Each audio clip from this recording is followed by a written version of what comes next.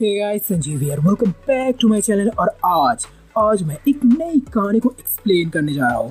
Guys, अगर मेरी grand master of gourmet और डिवाइन पर्सपेक्टिव कहानी आपको जरा सी पसंद आई तो मैं आपको वादा करता हूँ कि ये कहानी भी आपको बहुत ज़्यादा पसंद आएगी। इसका नाम है the peerless martial spirit. Action, adventure और थोड़ी सी कॉमेडी के साथ ये एक मस्त कहानी है दोस्तों। तो गाइस, इंतजार किस बात का, बिना किसी देर के शुरू करते हैं इस नई कहानी को।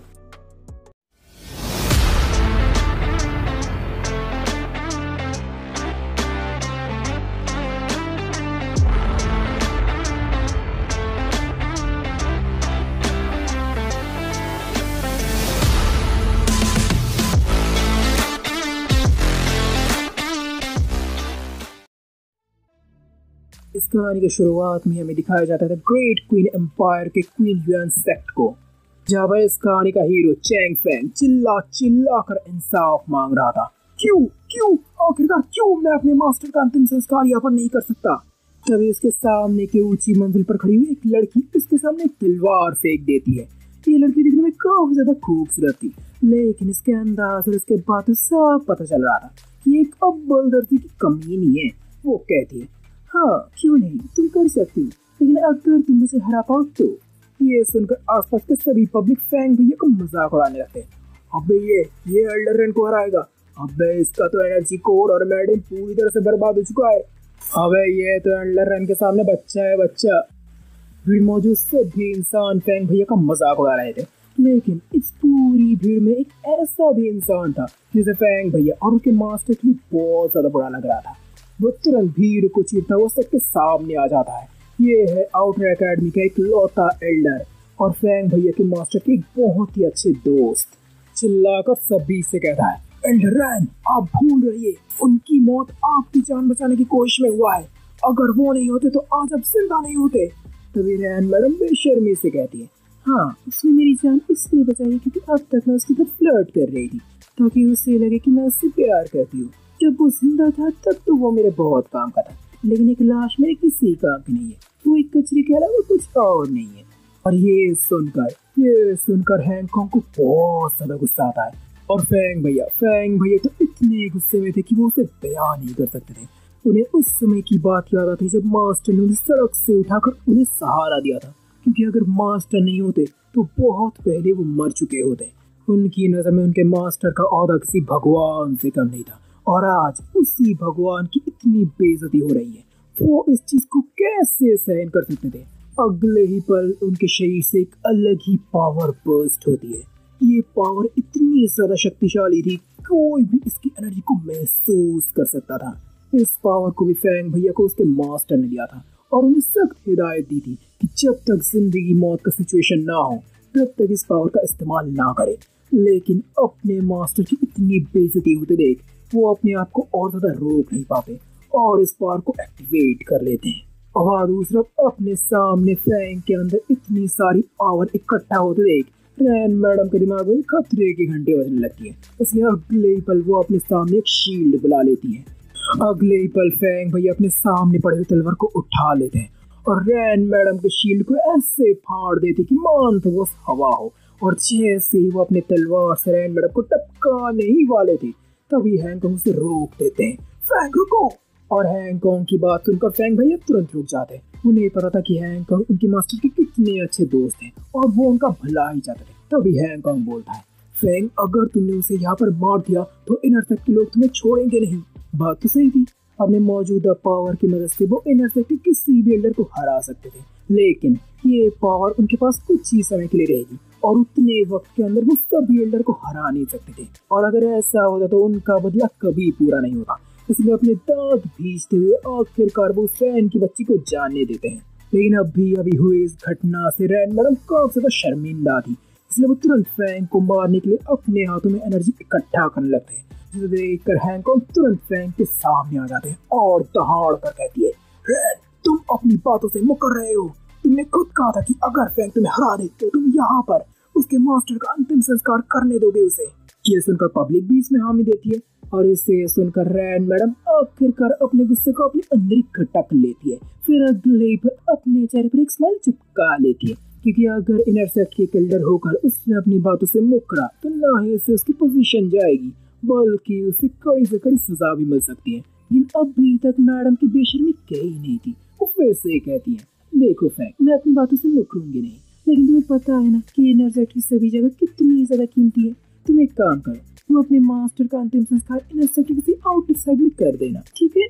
लेकिन इस नीच औरत को समझते फैंग भैया ने तो इसका अंदाजा पहले से ही लगा लिया था, इसलिए वो अपने बुलंद आवाज में कहते हैं, कोई जरूरत नहीं। और रही बात उस जगह की, तो उसे तुम अपने लिए संभाल के रखना, क्योंकि बहुत जल्द उस जगह तुम्हें खुद जरूरत पड़ने वाली है।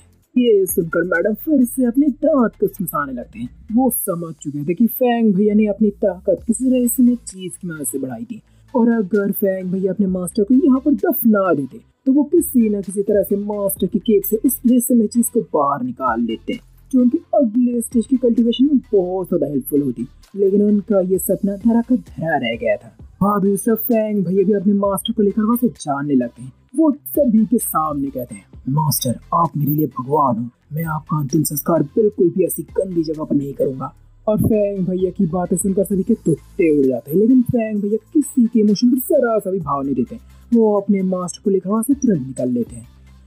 इसके बाद एक बड़े से मैदान के एक बड़े से पेड़ के नीचे फैंग भैया अपने मास्टर की अंतिम संस्कार करते हैं और उन्हें वहां पर कब्र देते हैं। मरने से पहले उनके मास्टर ने उन्हें सख्त हिदायत दी थी कि मरने के बाद वो उनके कब्र के सामने 5 साल तक कल्टीवेशन प्रैक्टिस करे। भले वो कल्टीवेट ना कर पाए, लेकिन फिर भी वो कल्टीवेशन प्रैक्टिस करे। फैंग भैया के लिए उनके मास्टर उनके भगवान जैसे थे, इसलिए वो उनकी बात को मानते हुए बैठ जाते हैं वहां पर कल्टीवेशन प्रैक्टिस करने। उसके मास्टर को पता था कि फैंग एक अच्छा इंसान है और उनकी ताकत का कभी गलत इस्तेमाल नहीं करेगा, इसलिए अपनी विरासत को फैंग को देने से पहले उन्होंने एक बार भी नहीं सोचा था। फिर देखते देखते समय बीतता जाता है। ठंडी, गर्मी, बरसात, वसंत सब कुछ बीत जाता है और जैसे ही 5 साल पूरा होता है, एक जोर की बिजली कड़कती है। यह संकेत था कि 5 साल पूरा हो चुका था। 5 साल पूरा होते ही फैंग अपनी कल्टीवेशन बंद कर देता है और अपने मास्टर के ग्रेव को नमस्कार करता है। फिर उनके कहे मुताबिक वो उनके ग्रेव को खोदने लगता है। उन्हें पता नहीं था कि मास्टर ने ऐसा क्यों कहा था, लेकिन फिर भी वो मास्टर की बातें मानते उनके ग्रेव को खोदने लगते और खोदते खोदते वो देखते कि उनके ग्रेव से उनकी बॉडी पूरी तरह से गायब हो चुकी है और वहां पर आ चुका है एक छोटा सा गोल्डन फर्नेस, जिसके ऊपर एक ड्रैगन की आकृति बनी हुई थी। इसे देखकर तो फैंग भैया भुचक्के रह जाते हैं। वो सोचने लगते कि आखिरकार उनकी मास्टर की बॉडी गई तो गई कहां पर। जब वो ऐसा सोच ही रहे थे, तब भी अचानक उस फर्नेस के अंदर से एक अलग ही एनर्जी बर्स्ट होती है, जो चीख चीख कर अपने सर्वशक्तिमान होने का प्रमाण दे रही थी। लेकिन इससे पहले फैंग भैया कुछ सोचते या समझते, उस फर्नेस के ऊपर बना हुआ वो ड्रैगन की आकृति एक असली ड्रैगन का रूप ले लेती है। अपने सामने इतने बड़े ड्रैगन को देखकर फैंग भैया तो बहुत ज्यादा घबरा जाते, लेकिन उन्हें तो ज्यादा डरने या घबराने का मौका भी नहीं मिलता।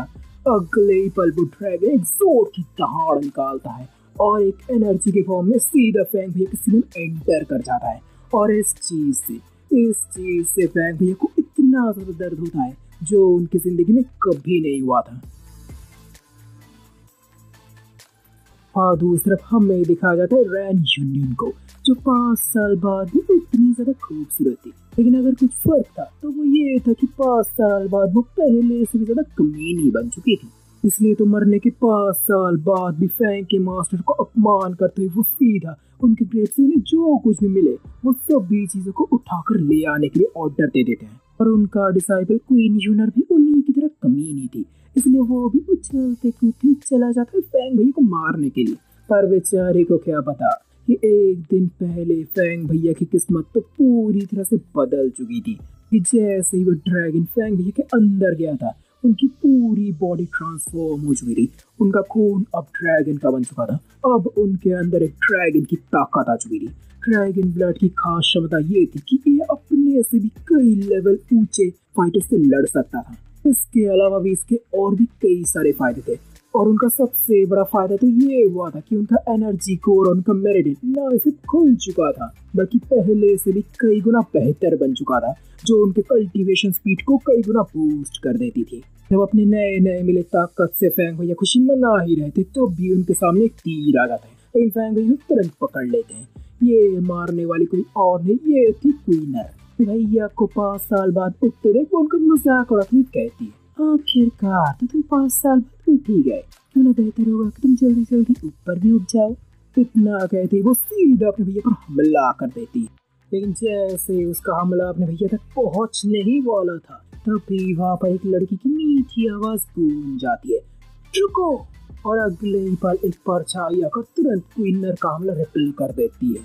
ये लड़की कोई और नहीं, ये थी हैन यूआर, हैंगकांग की इकलौती प्यारी बेटी और फैंग भैया की बचपन की प्यारी दोस्त। सामने आते यूआर अपने भैया से तुरंत कहती है, फैंग, क्वीनर की ताकत मुझसे बहुत ज्यादा है, मैं इसे कुछ समय के लिए रोक सकती हूँ। तुम जितनी जल्दी हो सके मेरे डैड के पास चले जाओ, मेरे डैड तुम्हें सही सलामत रखेंगे। लेकिन क्वीनर का कोई इरादा नहीं था वहां से किसी को भी जिंदा जाने का, इसलिए वो तुरंत अपना सबसे पावरफुल हमला कर देता है। और वह दूसरा अपने भैया को भी कोई इरादा नहीं था वहां से जाने का, क्योंकि 5 साल पहले अपनों को खोने का गम वो समझ चुके थे, इसलिए वो नहीं चाहते कि उनका फिर कोई अपना उनके लिए अपनी जान गवाए। खासकर उसकी बचपन की प्यारी दोस्त यूआर, जिसने पिछले 5 सालों तक उसकी रक्षा की है, क्योंकि अगर वो नहीं होती तो बिना कल्टीवेशन के वो बहुत पहले किसी जंगली जानवर या फिर उसके दुश्मनों के हाथों मारा जाता। इसलिए वो तुरंत ह्यूनर के पास आ जाती और बड़े प्यार से कहती है, ह्यूनर, तुमने मेरा बहुत ख्याल रखा, अब मुझे मौका दो। इतना कहती वो सीधा क्वीनर के हमले के आगे आ जाते हैं और उसके हमले को एक ही झटके में रोक देता है, मानो वो कोई हवा हो। ये देखकर बेचारे दोनों लड़की को तो सदमा सा लग जाता है।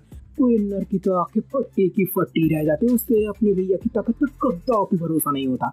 वो फिर से उन पर हमला कर देती है और ताड़ते हुए कहती है, तुम्हारे पास जो कुछ भी है वो मेरा है। लेकिन अपनी नई नई मिली ताकत की वजह से अपने भैया तो उन पर बिल्कुल भाव नहीं देते।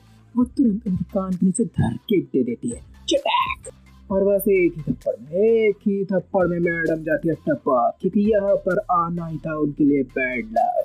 सब कुछ खत्म होने के बाद यूआर मैडम अपनी बड़ी बड़ी आंखों से अपने भैया को देखते हुए पूछते, अबे तुझमें इतनी ताकत कैसे आई? वे अपने भैया भी मासूमियत से कहते हैं, मुझे पता नहीं, अचानक से कल्टीवेशन करते करते मेरा एनर्जी कोर और मेडिन ओपन हो गया और मैं कल्टीवेट करने लगा। आपने भैया ने कह तो दिया था, लेकिन उन्हें खुद भी अंदाजा नहीं था कि उन्होंने कह क्या दिया था। ये अपने आप तो मेडिन और एनर्जी कोर ओपन होने नहीं वाला है। और बेचारे अपने भैया भी मास्टर के राज किसी और को बता नहीं सकते थे। लेकिन यूआर मैडम भी थे एक अच्छे स्टोरी मेकर, वो मनी मनी कहानी सोच लेते हैं। वो खुशी खुशी कहते हैं, शायद स्वर्ग से तुम्हारे मास्टर ने तुम्हारी मेहनत को देखकर तुम्हें अपना उत्तराधिकारी बनाने का हम सोच लिया है। अभी अपने भैया कहते हैं, ये तो नहीं पता, लेकिन मुझे ये पता है कि अगर 5 साल तक तुम मेरी रक्षा नहीं करते तो शायद मैं आज यहाँ पर नहीं होता। अपने भैया बड़ी प्यार से कहते हैं। और ये सुनकर तो मैडम शर्म से पानी पानी हो जाती। वो तुरंत इस बात को नकार देती, अरे नहीं, मेरे डैड ने कहा था इसलिए मैं तेरे ख्याल रखने के लिए आया था। अबे मुझे भी बहुत सारे काम है, मुझे फालतू टाइम नहीं है। अभी अपने फैंग भैया अपनी आंखों को रोल करते हुए पूछते हैं, क्या सच में? फिर यूनर मैडम भी नजर चुराते हुए कहती है, हाँ सच में। फिर यूनर मैडम भी थोड़ी चालाक खोपड़ी, वो इस बातों को पलटना जानते थे। वो तुरंत पूछते, वैसे जब तुम्हारी ताकत वापस लौट आई है, क्या तुम अगले महीने के ग्रैंड टूर्नामेंट में एंटर करना चाहोगे? इसे सुनकर फैंग भैया मनी मन करने लगते हैं विचार, क्योंकि अपने नई ताकत के चलते बिना ग्रैंड टूर्नामेंट के इनाम के भी वो नहीं पड़ेंगे लाचार। गाइस आज के लिए बस इतना है। तो गाइस आपको क्या लगता है, क्या अपने भैया इस टूर्नामेंट में एंटर करेंगे या फिर निकल पड़ेंगे अपने नए सफर की तरफ? गाइस मेरी ये नई कहानी अगर आपको जरा से पसंद आती है तो प्लीज आप मेरी वीडियो को बस अपने एक दोस्त से शेयर जरूर कर देना। तो चलिए आज के लिए विदा लेता हूँ आपसे।